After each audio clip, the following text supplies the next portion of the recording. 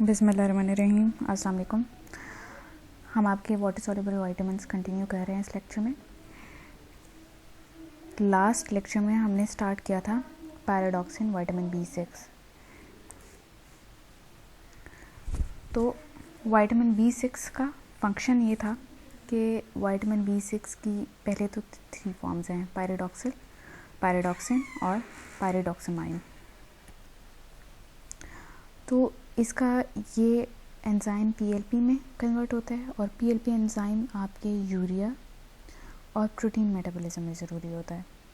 इसके अलावा ये बनाता है हीम बनाता है, न्यूक्लिक एसिड्स बनाता है और लिसिथिन बनाता है। तो क्योंकि ये सब प्रोडक्ट्स बना रहा होता है और ये सब प्रोडक्ट्स ज़रूरी होते हैं कॉग्निटिव परफॉर्मेंस में, इम्यून फंक्शन में और स्टेरॉयड हार्मोन एक्टिविटी में। इसके अलावा वाहिद विटामिन है ये जो बहुत ज़्यादा आपके मसल्स में या मसल टिश्यूज़ में स्टोर होता है। इसकी रिकमेंडेशंस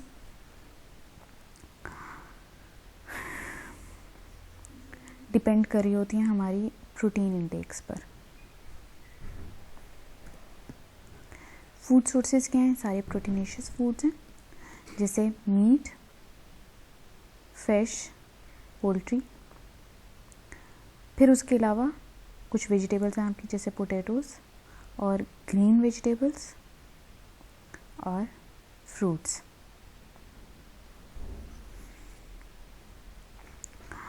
अच्छा, विटामिन B6 की भी जो रिकमेंडेशंस हैं उस हिसाब से फ्रूट्स और वेजिटेबल्स में विटामिन B6 की आपकी जो क्वांटिटी होती है वो ज़्यादा होती है as comparison in other foods. ठीक है, विटामिन B6 आपकी सोर्सेस पूरी करने के लिए या रिकमेंडेशंस पूरी करने के लिए काफ़ी सारे विटामिन B6 फूड्स लेने चाहिए। इसका मतलब ये है कि आपको वैरायटी में आप फूड्स लेंगे तो आपके विटामिन B6 की रिकमेंडेशंस पूरी होंगी।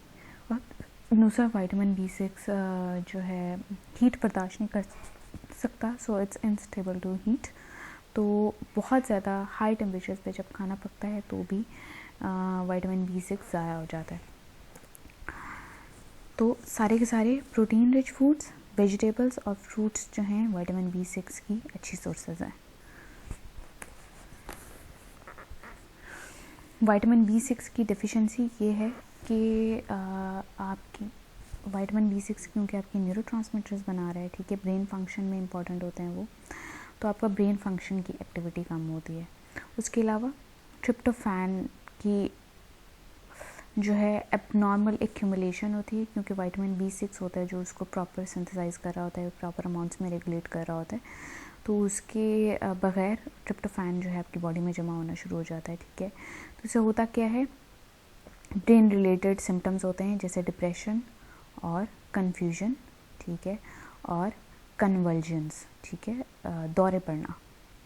इसके अलावा अल्कोहल अगर आप लें तो और ज़्यादा विटामिन B6 का लॉस होता है बॉडी में से। तो सारे ब्रेन रिलेटेड फंक्शंस हैं, सिम्टम्स हैं डिप्रेशन, डिजीनेस, नोजिया और समटाइम्स आपके माउथ में सोर्स भी बनना शुरू हो जाते हैं। समरी देख लें। दूसरे नाम है इसके पैराडॉक्सिन, पैराडॉक्सिल, पैराडॉक्सिमाइन, विटामिन B6। ठीक है, इसकी जो रिकमेंडेड डेली अलाउंस है वो 1.3 mg पर डे है। अपर लिमिट 100 mg पर डे। चीफ फंक्शंस क्या हैं? PLP कोएंजाइम के तौर पे एक्ट करता है, ठीक है। उसके अलावा अमाइनो एसिड मेटाबॉलिज्म में यूज़ होता है, ट्रिप्टोफैन को नायसिन में कन्वर्ट करता है और रेड ब्लड सेल्स बनाता है। सिग्निफिकेंट सोर्सेस आपकी प्रोटीनेशियस फूड्स जैसे मीट, फिश, पोल्ट्री। उसके अलावा स्टार्ची वेजिटेबल्स, पोटैटोज़।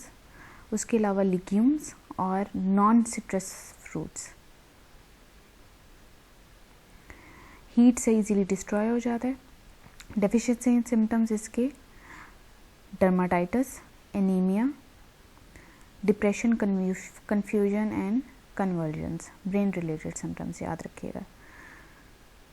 टॉक्सिसिटी में भी डिप्रेशन होता है, fatigue, irritability, headache, nerve damage और मसल वीकनेस होती है।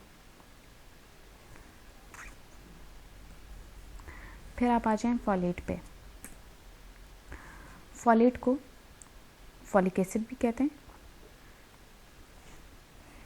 अच्छा, फॉलेट जो है उसके काफ़ी फंक्शंस हैं। सबसे पहला तो ये है कि वो एज अ कोएंजाइम एक्ट करता है, ठीक है। इसकी कोएंजाइम फॉर्म THF है, टेट्राहाइड्रोफॉलेट, ठीक है। तो उसके अलावा मेटाबॉलिज्म में ये आपके एक्ट कर रहा होता है, ठीक है। और इसके अलावा वाइटामिन क्या करता है, ये वाइटामिन B12 को कन्वर्ट करता है उसकी कोएंजाइम फॉर्म में, DNA को सिंथेसाइज करता है, और अमाइनो एसिड मीथियोनिन को जनरेट करता है फ्रॉम होमोसिस्टीन। बॉडी में मीथियोनिन बन जाती है आपकी, ठीक है, और वो बनाने में आपका फॉलेट हेल्प कर रहा होता है, ठीक है। इसकी फूड सोर्सेज हैं लिग्यूम्स। लिग्यूम्स आप याद रखिएगा, सबसे पहले लिग्यूम्स काफ़ी सारी अबंडेंट अमाउंट में लिग्यूम्स, और फिर वेजिटेबल्स और फ्रूट्स, ठीक है। नेम सजेस्ट करता है वर्ड फॉलिएज। फॉलिएज हम यूज़ करते हैं पत्तों के लिए, ठीक है। तो उससे आप याद रख सकते हैं लीफी ग्रीन वेजिटेबल्स सबसे ज़्यादा अच्छी सोर्सेज हैं फॉलेट की, ठीक है। इसके अलावा हम ग्रेन्स में फोर्टिफिकेशन भी करा सकते हैं, ठीक है। तो ग्रेन्स में भी फॉलेट हो सकता है, वो ग्रेन्स जिनकी फोर्टिफिकेशन हो रही हो। फोर्टिफिकेशन का मतलब है कि कोई चीज़, कोई न्यूट्रिएंट जो कि ग्रेन में पहले ना हो या किसी फूड में ना हो, और वो आप उसको इंडस्ट्रियली कमर्शियली ऐड करवाएं खुद से, उसको हम फोर्टिफिकेशन कहते हैं, ठीक है। तो फोर्टिफिकेशन करें अगर हम करें तो ग्रेन्स भी आपकी फॉलेट की फूड सोर्स बन सकते हैं। अच्छा, हीट और स्टोरेज से आपका फॉलेट डिस्ट्रॉय होता है, ठीक है। और तकरीबन आधा फॉलेट आपके फूड में से ख़त्म हो जाएगा। स्टोरेज में एक्चुअली क्या हो रही होती है, ऑक्सीडेशन हो रही होती है, मतलब काफ़ी देर जब तक वो पड़ा रहे, हवा से एक्सपोज होता रहे, तो फॉलेट जो है आपका कम हो जाता है फूड में से। देखें, इसीलिए कहते हैं कि हमेशा खाना जो है फ्रेश बनाएं। एक चीज़ आपने अगर आप देखें, वो लोग जो खाना बहुत अच्छा बनाते हैं, या शेफ्स जो खाना बहुत अच्छा बनाते हैं, तो आप अक्सर देखेंगे, इवन अगर आप टीवी प्रोग्राम्स देख लें तो आप उसमें अक्सर देखेंगे कि शेफ्स कुछ भी पकाने से पहले बाज़ार जाके शॉपिंग करते हैं खाने की, ठीक है। वो स्टोर्ड खाने से कम ही होता है कि वो स्टोर्ड खाने से खाना पका रहे हों। तो जितने ज़्यादा आपके इंग्रेडिएंट्स, आपकी वेजिटेबल्स, जितने ज़्यादा वो आपके फ्रेश होते हैं, उतना ज़्यादा खाना टेस्टी बनता है, चाहे कुकिंग पैटर्न कोई भी हो। तो उससे होता ये है कि जितना खाना आपका फ्रेश होता है, उतना ही आपको उसके अंदर से न्यूट्रिएंट्स ज़्यादा अमाउंट में मिल रहे होते हैं, ठीक है। तो इसमें आपकी लीफी ग्रीन वेजिटेबल्स याद रखिएगा कि सबसे ज़्यादा अच्छी सोर्सेज होते हैं, ठीक है। लीफी ग्रीन वेजिटेबल्स जैसे ब्रोकली होगी, स्पिनच होगी, केल हो गई, एस्पैरागस, ठीक है, ये सब के सब आपकी जो हैं आ सकते हैं, ठीक है। इसके अलावा लिग्यूम्स, और फिर बाद में जो है लिवर और फ्रूट्स, ठीक है। तो लीफी ग्रीन वेजिटेबल्स और लिग्यूम, उसके बाद लिग्यूम सबसे ज़्यादा अच्छी सोर्स हैं आपके फॉलेट की। अच्छा, फ्रूट्स में स्पेशली आपके सिट्रस फ्रूट्स के अंदर फॉलेट ज़्यादा होता है। फॉलेट रिकमेंडेशंस, अच्छा, इसमें एक बात याद रखनी है, एक बात मैं आपको बताती जाती हूँ कि जो बायो अवेलेबिलिटी है, what is the meaning of bio availability. Bio availability का मतलब है कि अगर फॉर एग्जांपल देखें, आपके फूड में 100 mg कोई भी न्यूट्रिएंट प्रेजेंट है, ठीक है। अब आप वो फूड खाते हैं, लेकिन आपकी बॉडी में सिर्फ 70 mg एब्जॉर्ब होता है। इसका मतलब है कि उसकी बायो अवेलेबिलिटी इतने परसेंट है, 70% है। हो सकता है कि 100 mg प्रेजेंट हो, लेकिन आपकी बॉडी में सिर्फ 3 mg एब्जॉर्ब होता हो, इसका मतलब है उसकी बायो अवेलेबिलिटी ही 3 mg है, ठीक है। तो अब हो सकता है कि फॉर एग्जांपल अगर मैं एक न्यूट्रिएंट ले रही हूँ, दाल, अगर मैं दाल खाती हूँ तो दाल से मुझे 50 mg मिलता है, लेकिन अगर मैं चिकन खाती हूँ तो चिकन से मुझे वो न्यूट्रिएंट 100 mg मिलता है। इसका मतलब क्या है कि उस न्यूट्रिएंट की बायो अवेलेबिलिटी चिकन में ज़्यादा है एज़ कम्पेरिजन टू दाल, ठीक है, चाहे वो उसके अंदर जितनी भी क्वांटिटी में प्रेजेंट हो। That's the meaning of bio availability, ठीक है।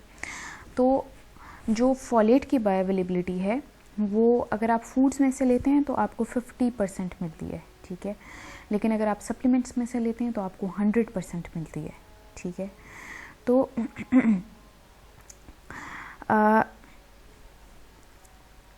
For example, a person consuming 100 micrograms mg of folate from foods and 100 mg of supplement receives 270 dietary folate equivalents.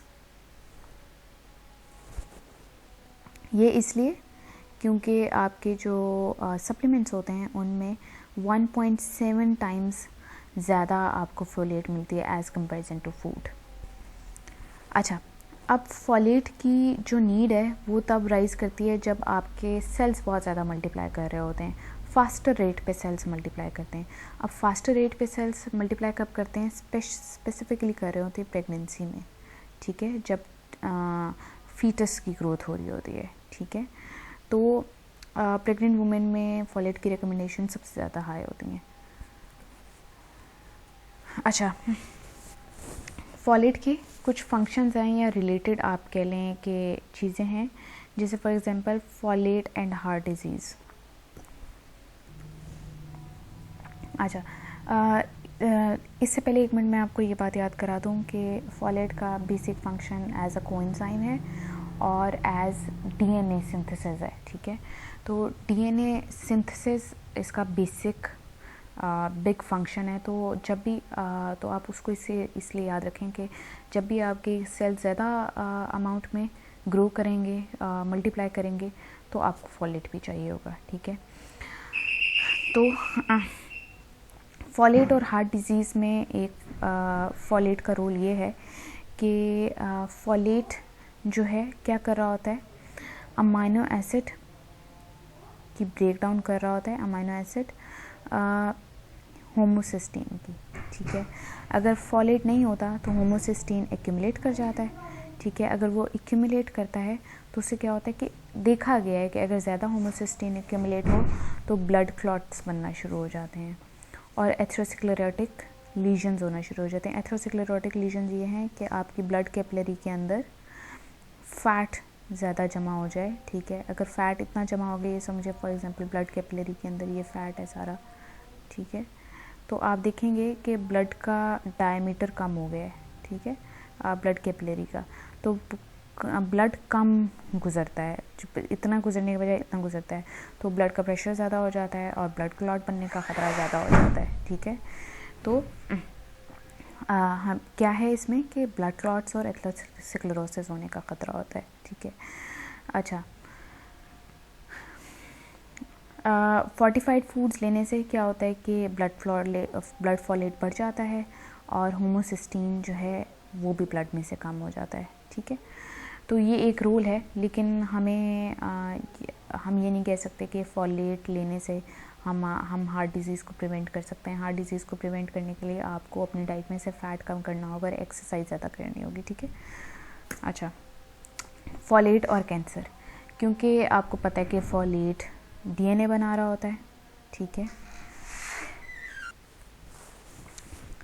तो डीएनए की सिंथेसिस और दूसरा मिथाइल ग्रुप्स की transfer कर रहा होता है, ठीक है. मतलब अमाइनो एसिड जो आपका अमाइनो एसिड के मेटाबॉलिज्म में काम कर रहा होता है, ठीक है. तो होता कि इसकी कैंसर के साथ एक कम्प्लेक्स सी रिलेशनशिप है, क्योंकि डिफरेंट आपके कैंसर्स डिफरेंट जगहों पे बन रहे होते हैं. अगर आप सफिशेंट फॉलेट ले रहे हैं अपनी डाइट में, ठीक है, तो वो आपको कुछ हद तक प्रोटेक्ट करता है कैंसर की इनिशिएशन से, ठीक है. लेकिन अगर आपका कैंसर स्टार्ट हो चुका हुआ है तो कैंसर सेल्स को भी मल्टीप्लाई करने के लिए न्यूट्रिएंट्स चाहिए होते हैं, ठीक है.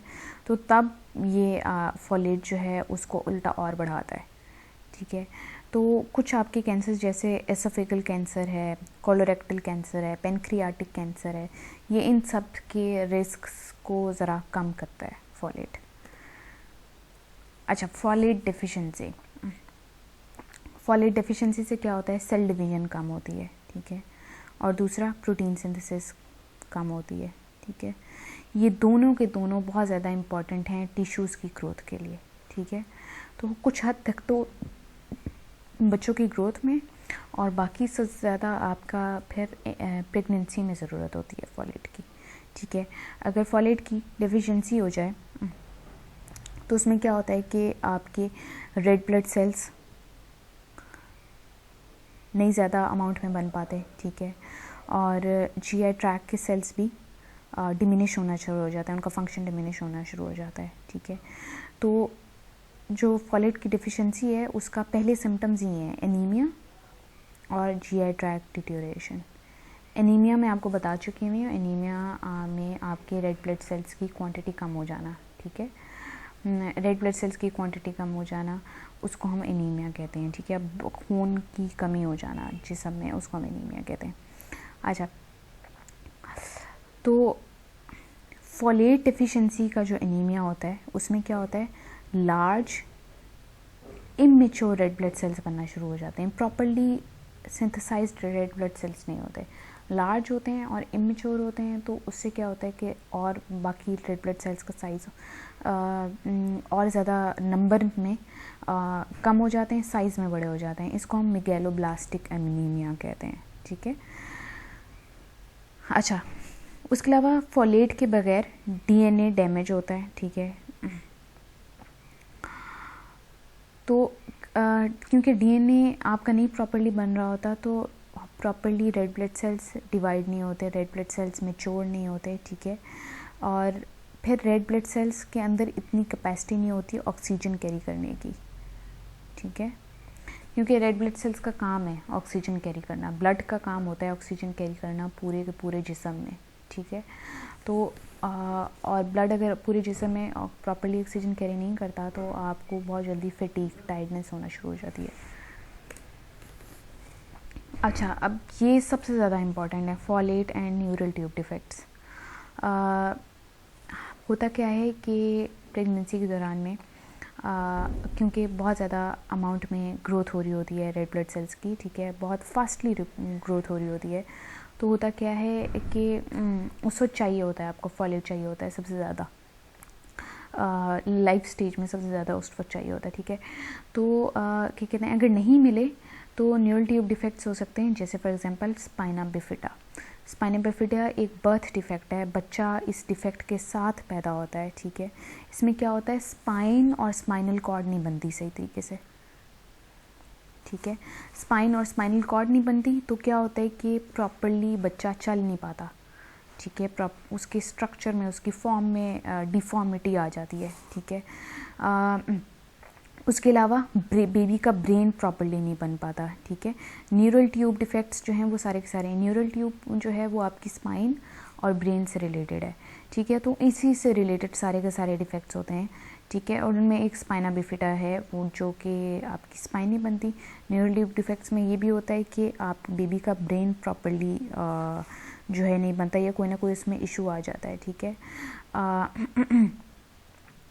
इसीलिए फॉलेट जो है फर्स्ट 3 मंथ्स में बहुत ज़्यादा अमाउंट में चाहिए होता है, या फर्स्ट 3 वीक्स कहने उसमें बहुत ज़्यादा चाहिए होता है, ठीक है। तो होता क्या है कि पहले फर्स्ट 3 वीक्स और फिर फर्स्ट 3 मंथ्स इन दोनों में चाहिए होता है, ठीक है। तो फॉलेट का सप्लीमेंट हमेशा ज़रूरी है कि प्रेगनेंसी से पहले प्री कंसीविंग आप लेना शुरू कर दें।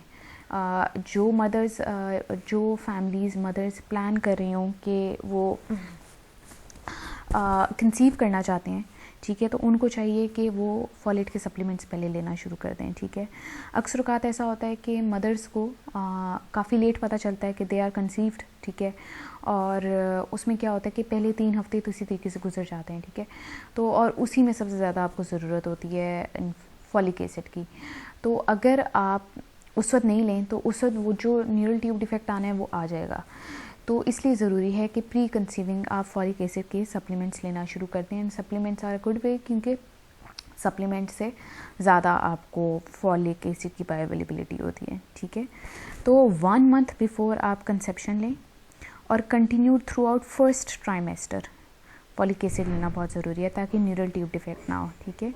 इसीलिए सारी women of childbearing age, ठीक है, उनके लिए ज़रूरी है 0.4 मिलीग्राम या 400 mg, ठीक है, फॉलेट लेना ज़रूरी है, ठीक है। सॉरी 0.4 mg या 400 mcg लेना फॉलेट्स लेना ज़रूरी है, ठीक है। अच्छा, ये रिकमेंडेशन आप डाइट से भी ले सकते हैं, ठीक है, जिसमें एटलीस्ट 5 सर्विंग्स होने चाहिए फ्रूट्स और वेजिटेबल्स की रोज़ाना।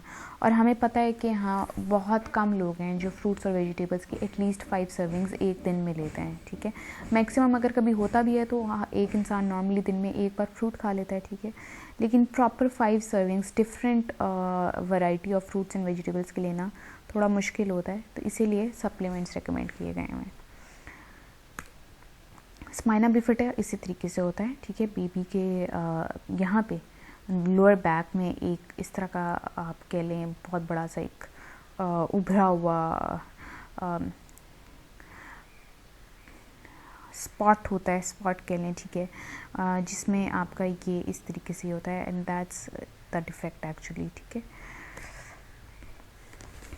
प्राइमरी फॉलेट डिफिशिएंसी ये है कि अच्छा, प्राइमरी फॉलेट डिफिशिएंसी तब डेवलप होती है जब इन्फेंट्स को गोट मिल्क दिया जाता है, ठीक है, और गोट मिल्क के अंदर फॉलेट नहीं होता, ठीक है। मैंने आपको बताया कि 2 पीरियड्स में जब बहुत ज़्यादा ग्रोथ हो रही होती है, सेल्स रैपिडली मल्टीप्लाई कर रहे होते हैं, तब आपको फॉलेट की ज़रूरत होती है। तो प्रेगनेंसी में भी यही होता है, इन्फेंसी लाइफ में सबसे ज़्यादा जो ग्रोथ होती है इंसान की वो पहले बर्थ के बाद पहले साल में होती है, ठीक है।